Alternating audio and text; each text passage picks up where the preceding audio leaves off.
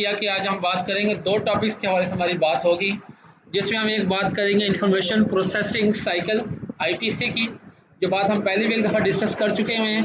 And then उसके बाद हमारी बात होगी सेंट्रल प्रोसेसिंग यूनिट, मतलब सीपीयू के हवाले हम बात करेंगे। तो लेट्स सी फर्स्ट वन हम डिस्कस कर लेते हैं, इंफॉर्मेशन प्रोसेसिंग साइकिल है क्या। तो ये बात हम पहले भी डिस्कस कर चुके हैं।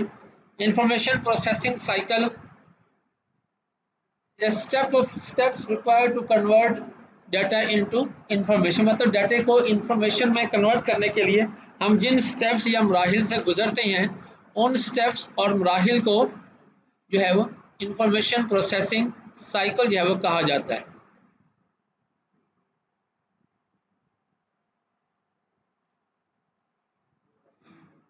Computer convert data into information using a 4 step process, मतलब यहाँ पर इसके 4 स्टेप्स हैं।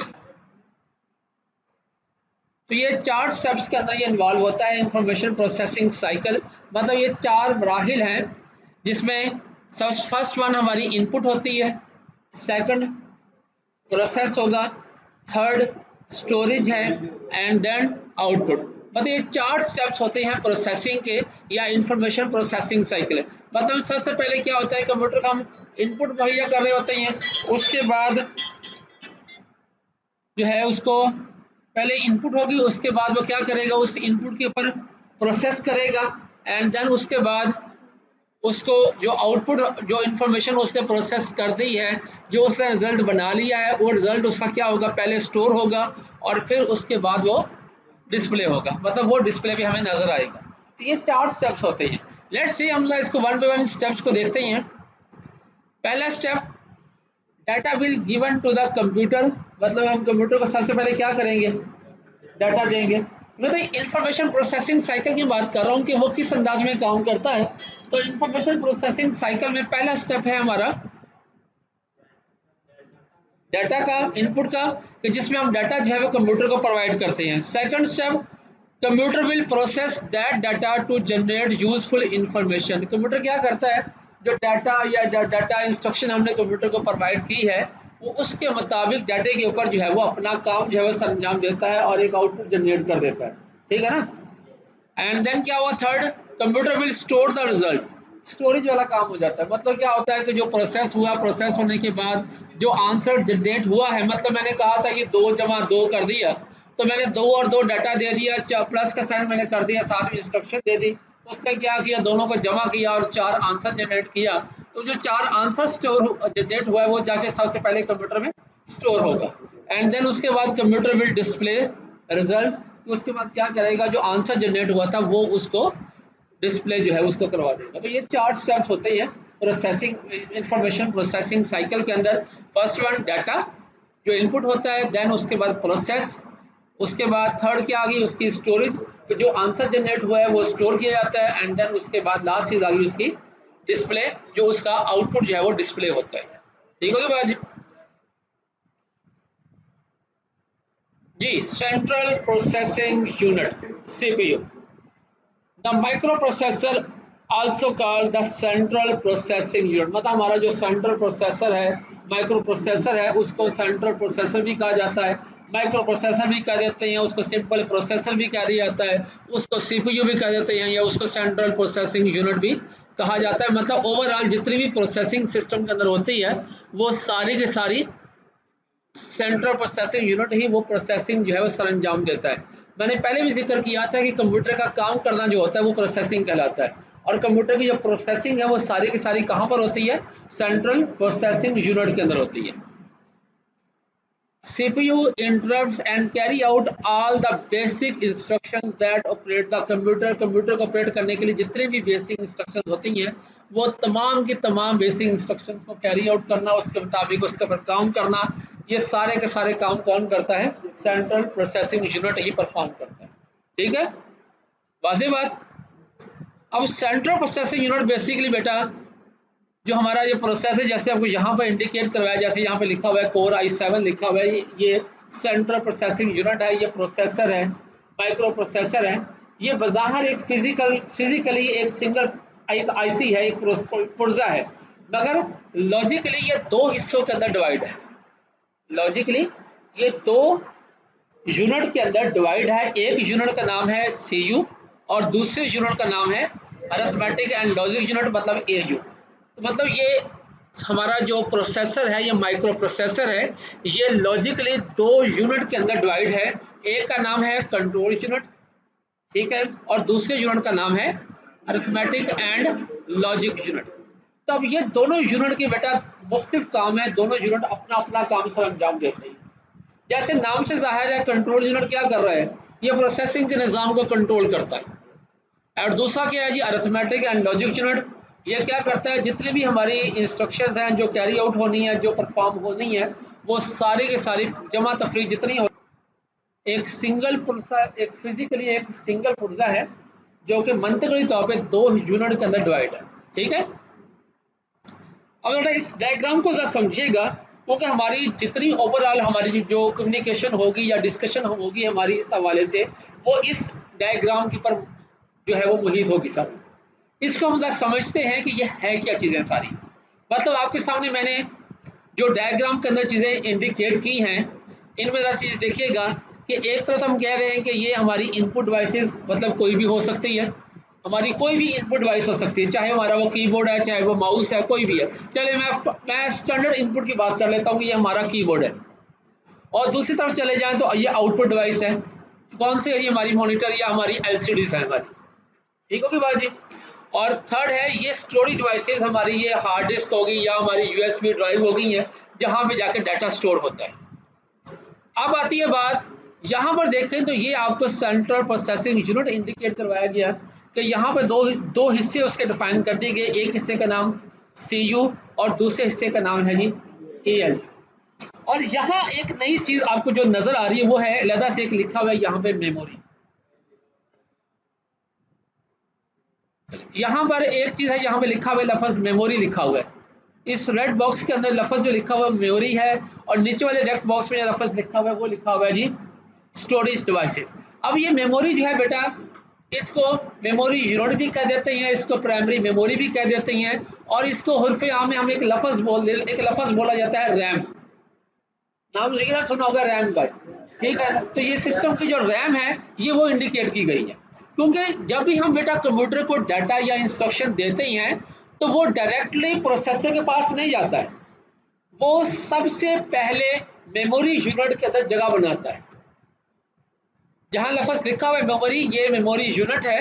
मतलब जो भी हम इनपुट डिवाइस से डाटा देते हैं प्रोसेस करने के लिए, मतलब मैं अगर यहाँ से लिख देता हूँ कि मैंने 10 और 5 को जमा करना है, तो मेरा डाटा और मेरे इंस्ट्रक्शन जो है वो डायरेक्टली प्रोसेसर के पास नहीं जा रही, वो जाके सबसे पहले कहाँ स्टोर करना है, उसकी रैम है जिसके अंदर जाके जाके पहले जगह बनाता है और उसके बाद आगे प्रोसेस होता है। तो डाटा उस वक्त तक प्रोसेस नहीं होगा जब, सही होगी बात जी। उसके बाद यही डाटा जो है वो कहाँ चला गया है, सेंट्रल प्रोसेसिंग यूनिट के पास चला गया। उसके बाद यहाँ आके उसने क्या किया, उसको प्रोसेस किया। कंट्रोल यूनिट ने क्या करना है बेटा, प्रोसेसिंग के निज़ाम को कंट्रोल करना है, ये डाटे को प्रोसेस नहीं करता होता, ये बात याद रखिएगा। CU कभी भी डाटे को प्रोसेस नहीं करता, यह प्रोसेसिंग के निज़ाम को सिर्फ कंट्रोल करता होता है। इसका काम सिर्फ जो है प्रोसेसिंग के निज़ाम को कंट्रोल करना है। कैसे कंट्रोल, कि मेमोरी यूनिट से जो डाटा है वो उसको ALU तक लेके आना है, जो आंसर जनरेट हो गया उसको वापस मेमोरी यूनिट तक लेके जाना है। तो ये जो प्रोसेसिंग, मतलब डाटे का आना जाना जो है ना, वैसे कहते हैं डाटे की आनी जानियाँ, ये सारी की सारी जो कंट्रोलिंग है ये किसके पास है, कंट्रोल यूनिट के पास है। इसने कंट्रोल करना है कि उसने डाटे को लाना, उसके ऊपर प्रोसेस करवाना, देन उसके बाद वो उसको आंसर को लाके दोबारा मेमोरी यूनिट में सेव करवाना, ये सारा। जबकि ALU क्या करता है कि जो डाटा और इंस्ट्रक्शन इसके पास आ गई हैं, उस डाटे और इंस्ट्रक्शन को उसने, उस डाटे को उसने प्रोसेस कर देना है। फॉर एग्जाम्पल मैंने कहा था मैंने 10 और 5 यहाँ से जमा करवाने के लिए भेजा, तो क्या करता है, इस जगह के ऊपर जहाँ मेरा इस वक्त माउस मूव कर रहा है, ALU के अंदर वो आंसर उसका 15 जनरेट हो गया, ठीक होगी बात। अब क्या करेगा, CU उस 15 आंसर को लेगा और मेमोरी यूनिट के अंदर सेव करवा देगा। अभी दोबारा बात IPC वाली जेल में रखिएगा, इनपुट प्रोसेस, मतलब यहाँ पे इनपुट हो गया, प्रोसेस हो गया, एंड देन उसके बाद क्या कहा था हमने, स्टोरेज। वहां से जो जो आंसर जनरेट हुआ वो वापस लाके कहाँ किया, उसको हमने मेमोरी यूनिट के अंदर उसको हमने महफूज करवा दिया। तो 3 स्टेप हो गए, इनपुट, प्रोसेस, स्टोरेज और उसके बाद मेमोरी यूनिट से डाटा कहाँ चला गया, हमारा आंसर आउटपुट डिवाइस की तरफ, जहां हमें वो डिस्प्ले हो जाएगा। और अगर हम चाहेंगे तो हम उस आंसर को अपनी जो हार्ड डिस्क है या जो हमारी यूएसबी है उसके अंदर भी हम उसको परमानेंटली स्टोर करवा सकते हैं। ठीक है, हम फाइल्स को स्टोर करवा लेते हैं ना, तो वो मेमोरी यूनिट से वापस कहाँ चली जाती हैं, हार्ड डिस्क के अंदर या मेमोरी यूनिट के अंदर जाके सेव हो जाती है। सही होगी बात जी। तो इनपुट हो गया, डाटा इंस्ट्रक्शन पहले इनपुट होती हैं, उसके बाद वो प्रोसेस होती है, एंड देन प्रोसेस होने के बाद जो आंसर जनरेट होता है वो वापस मेमोरी यूनिट के अंदर सेव किया जाता है, और फिर मेमोरी यूनिट से आंसर कहाँ जाता है, आउटपुट डिवाइस की तरफ। तो देखिए बेटा यहाँ पर डाटा, उसके बाद डाटा मेमोरी यूनिट तक गया, फिर मेमोरी यूनिट से इंफॉर्मेशन जो है वो कहाँ जाती है, आउटपुट डिवाइस की तरफ जाती है। तो प्रोसेसिंग कौन करता है, एएलयू करता है, मतलब जमा तफरीक सारी की सारी एएलयू करता है, और प्रोसेसिंग के निज़ाम को कंट्रोल कौन करता है, वो सीयू करता है। वाज़ेह बात। The arithmetic and logic unit perform all arithmetic comparison and logical operation, मतलब अरिथमेटिक और लॉजिक यूनिट ने तमाम के तमाम जितने भी ऑपरेशंस होते हैं उनको परफॉर्म करना से सारा का सारा जिम्मेदारी किसकी है, एएलयू की। जितनी भी, चाहे वो अरिथमेटिक हमारे प्लस हो रहा है, चाहे वो माइनस हो रहा है, चाहे वो डिवीजन हो रही है, चाहे मल्टीप्लिकेशन हो रही है, चाहे हमारे लॉजिकल कंपैरिजन हो रही हैं, जितनी प्रोसेसिंग है डाटा के ऊपर वो सारी की सारी एएलयू परफॉर्म करता है। प्रोसेसिंग का काम सारा का सारा इसका होता है। ठीक होगी बात जी। Arithmetic operations include basic calculations such as addition, subtraction, multiplication, and division. Logical operations include conditions along with logical operators such as and or not. हमारे जहाँ पे हमारे कंपैरिजन आ जाते हैं, less than, greater than, equal to, less than equal to, greater than equal to, not equal to, ये सारे के सारे कंपैरिजन होते हैं।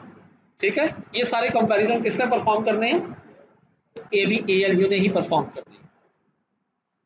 कंट्रोल यूनिट क्या कर रहा है, the control unit is the component of the CPU that directs and coordinates most of the operations in the computer. Computer के अंदर हमारे जितने भी ऑपरेशंस परफॉर्म हो रहे होते हैं उन तमाम तर ऑपरेशंस को कंट्रोल करना, उनके साथ कोऑर्डिनेट करना, ये सारा का सारा काम किसका होता है, कंट्रोल यूनिट का होता है।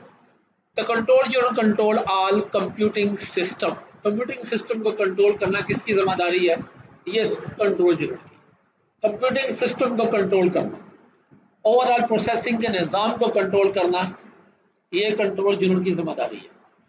एएलयू ने तो सिर्फ डाटा बेटा प्रोसेस करना है, कौन सा डाटा जो उसके पास लाया गया, भाई डाटा जो उसके पास चला गया, जो उसके पास इंस्ट्रक्शन आ गई कि बेटा कि भाई इस डाटे के ऊपर ये वाला काम कर दो, वो उसके मुताबिक उसके ऊपर काम कर देगा। ठीक है, और उसके बाद वहां से आंसर दोबारा वहां से कंट्रोल यूनिट ही उठाएगा और उसको मेमोरी यूनिट तक पहुंचाएगा। तो एएलयू ने प्रोसेसिंग करनी होती है, जितने भी हमारी जमा तफरीक है वो सारी की सारी एएलयू करता है, जबकि सीयू जो है वो प्रोसेसिंग के निज़ाम को कंट्रोल करता है, कंप्यूटिंग सिस्टम के निज़ाम को कंट्रोल करता है। वाज़ेह बात यहाँ तक।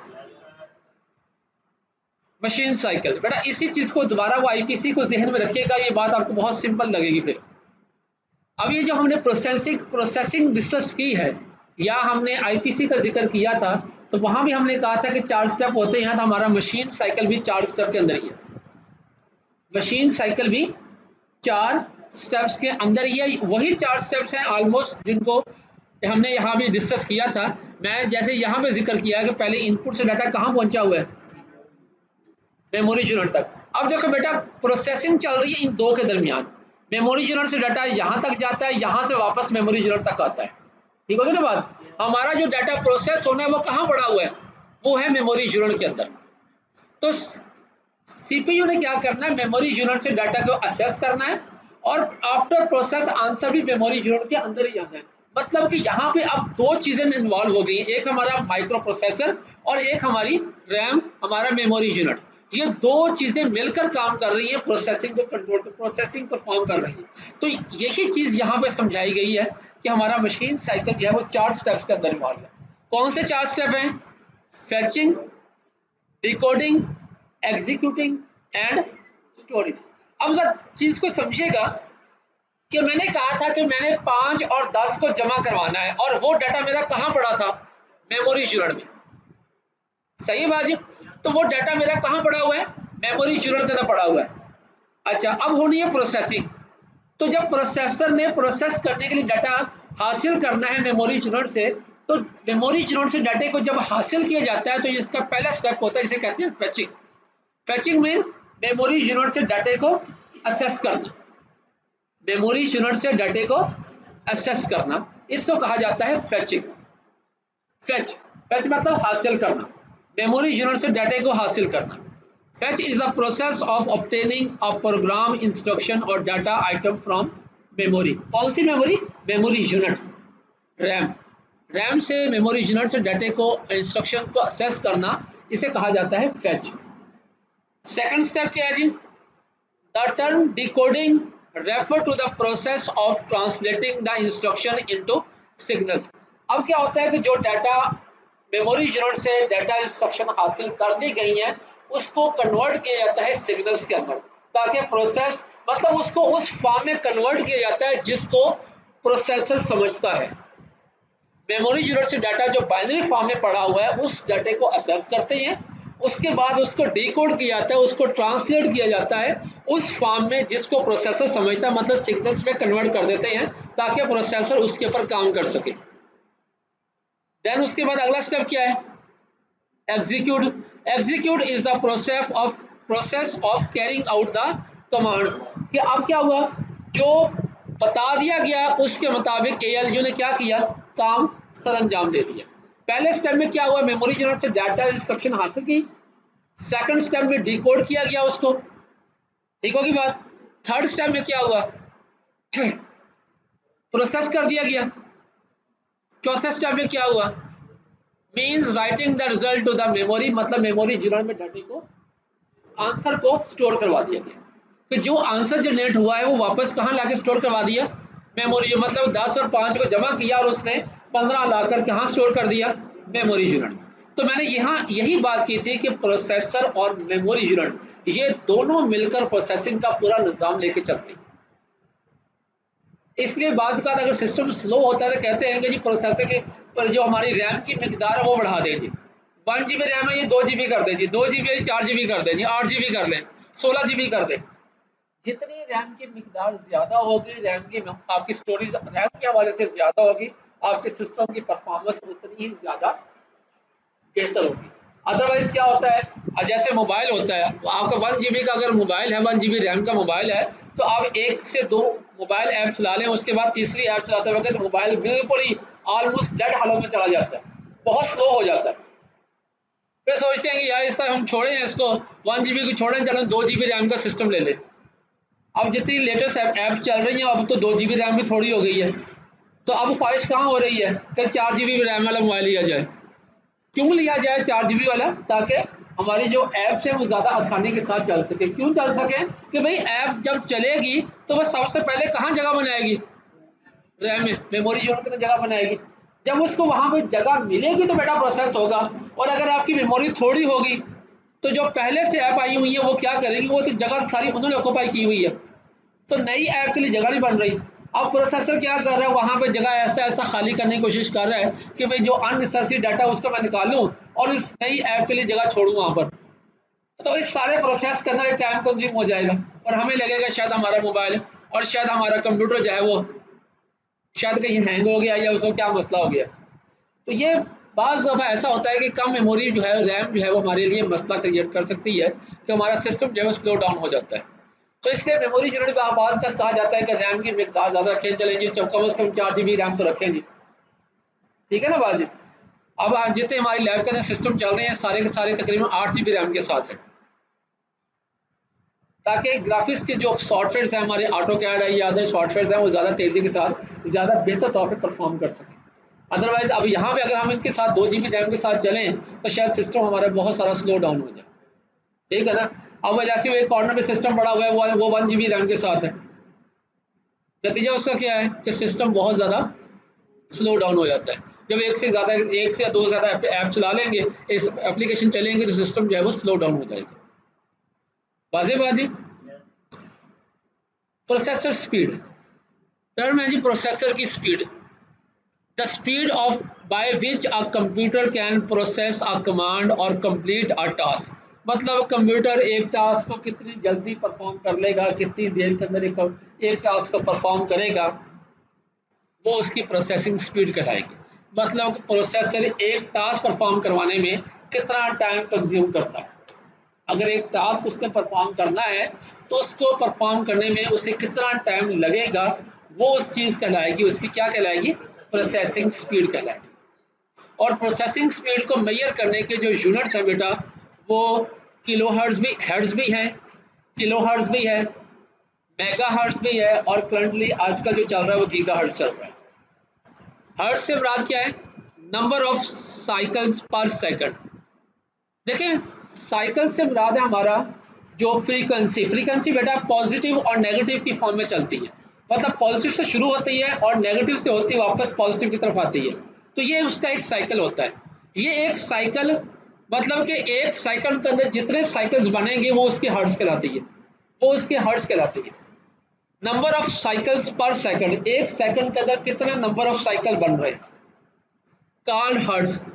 Other big unit of measures processing speeds are kilo hertz, 1024 hertz is equal to 1 kilo hertz, और 1024 kilo hertz is equal to 1 mega hertz, और 1024 mega hertz is equal to 1 giga hertz. तो currently आजकल अगर बेटा देखा जाए तो हमारे जितने भी सिस्टम्स होते हैं वो 2.1 GB 1 giga hertz, 2.0 giga hertz या 1 पॉइंट समथिंग गीगा हर्ट्ज आ गए, या 3.0 गीगा हर्ट्ज चल रही है। अब गीगा हर्ट्ज की बात हो रही है, मतलब कि प्रोसेसिंग स्पीड जो है वो ज़्यादा फास्ट है। शुरू में सिस्टम आए थे वो हर्ट्ज के अंदर आए, पेल्टियम टेक्नोलॉजी आई तो वो किलो हर्ट्ज में चलेगी, मेगा हर्ट्ज के अंदर भी चलेगी। अब जो है सूरत वो कहाँ पे खड़ी है, वो गीगा हर्ट्ज के अंदर।